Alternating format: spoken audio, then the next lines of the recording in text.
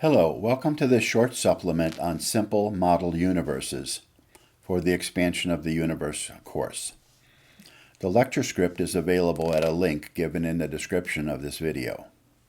In the main course, we used Friedmann's equation for the expansion of the universe in terms of the components of the universe to explore the expansion of our universe, as best as it is understood today. From 1917 to 1932, Einstein and other scientists explored simple, single-component model universes, simpler than our actual universe, to learn the possibilities of expansion of the universe. You do not need this material for the main course.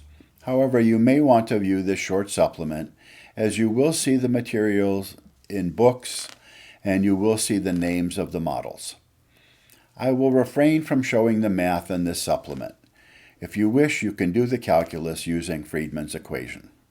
Consider a universe that is empty, no energy, no radiation, no matter, no dark energy, no cosmological constant. If the curvature is zero, this universe is empty, static, and spatially flat. There are no gravitating masses. Einstein's special relativity applies throughout the universe. This is a Minkowski spacetime. This is the only possible universe that is static and stable.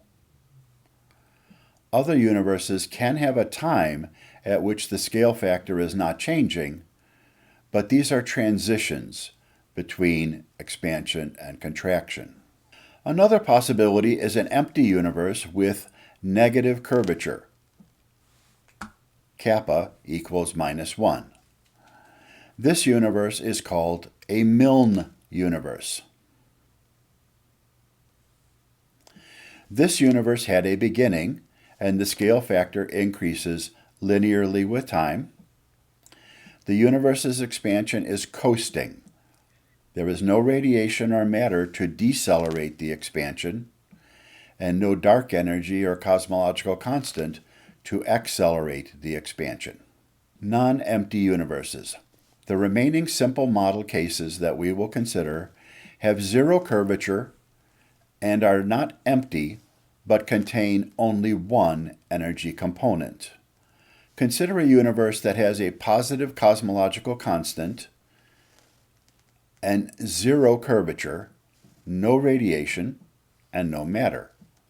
This is called a de Sitter universe.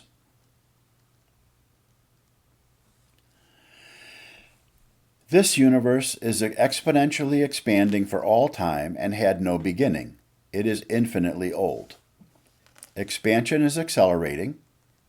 The cosmic particle horizon is infinite. We assumed no radiation, but if there were some insignificant light sources shining very, very long ago, an astronomer would still be able to see them, though at great redshift and very dim. There is a concept of an anti-de Sitter space with negative cosmological constant, but we will not consider this. The remaining simple model cases that we will consider had a hot Big Bang beginning. Consider a universe that contains only non-relativistic matter, W equals 0, being a perfect fluid, no radiation, no dark energy, no cosmological constant, zero curvature, and pressure that is negligible for cosmological purposes. This is called an Einstein-de Sitter universe. This universe had a beginning and has a cosmic particle horizon. Expansion is decelerating. We assumed the matter was non-relativistic at all times, so it can't be ordinary matter like a gas that is hot when compressed at early high density. Of course, physicists don't yet know what dark matter is and how it behaves. Consider a universe that contains only radiation, W equals 1/3. Traveling at the speed of light, no matter, no dark energy, no cosmological constant, zero curvature.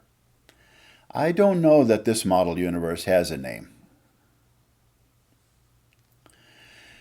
This universe had a hot Big Bang beginning and has a cosmic particle horizon, which is equal to the Hubble distance.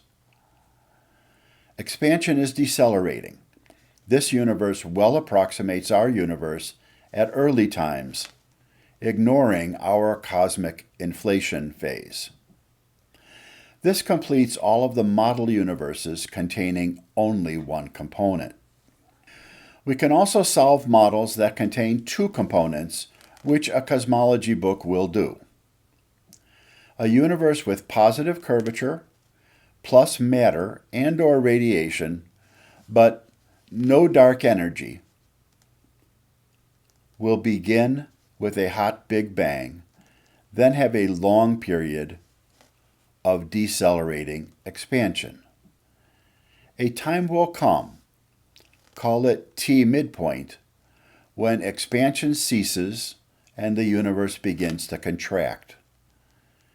At time twice T midpoint, this universe will end with a hot, dense, big crunch. This universe has finite spatial extent, but no edge or boundary. This does not describe our universe, which has a dark energy or cosmological constant.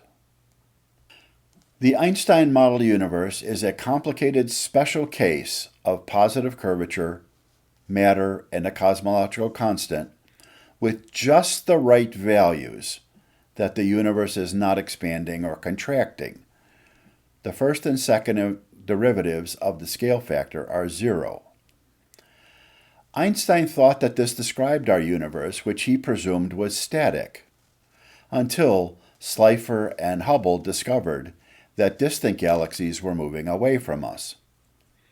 However, it was quickly realized that this model is unstable. Any small perturbation of any of the values moves away from the static solution. Historically, there was also a steady-state model of a flat universe, infinitely old, where the scale factor increased exponentially with time, but it was postulated that new matter was continually created everywhere in the universe to keep the matter density constant for all time.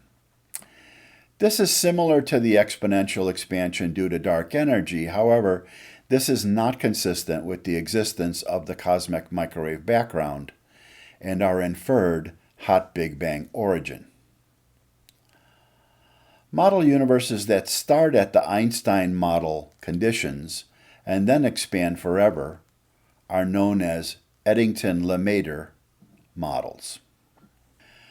A Lemaître universe is a complicated special case of positive curvature, matter, and a cosmological constant with just the right values that the universe expands from a hot, dense Big Bang and decelerates, but later enters a long loitering stage where the scale factor is nearly constant for a long period of time. This universe is not static. Eventually, the cosmological constant causes the universe to expand exponentially from then on. This does not describe our universe. The required values do not match our universe, though the description sounds similar to our universe. Lemaître saw that Einstein's general relativity equations could produce an expanding universe even before Hubble discovered Hubble's law.